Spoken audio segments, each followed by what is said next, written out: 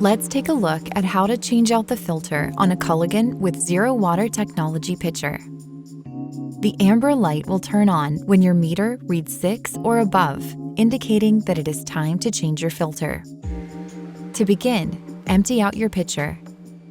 Remove the lid and twist the old filter counterclockwise to release it from the reservoir and throw it away.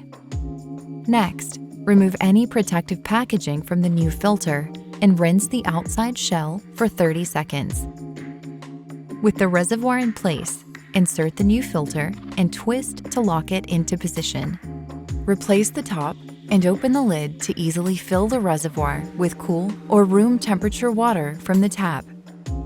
As it filters through, check the results and see that your water now has 0 dissolved solids. You'll know it's time to change out the filter again when the TDS meter reads a 6 or above.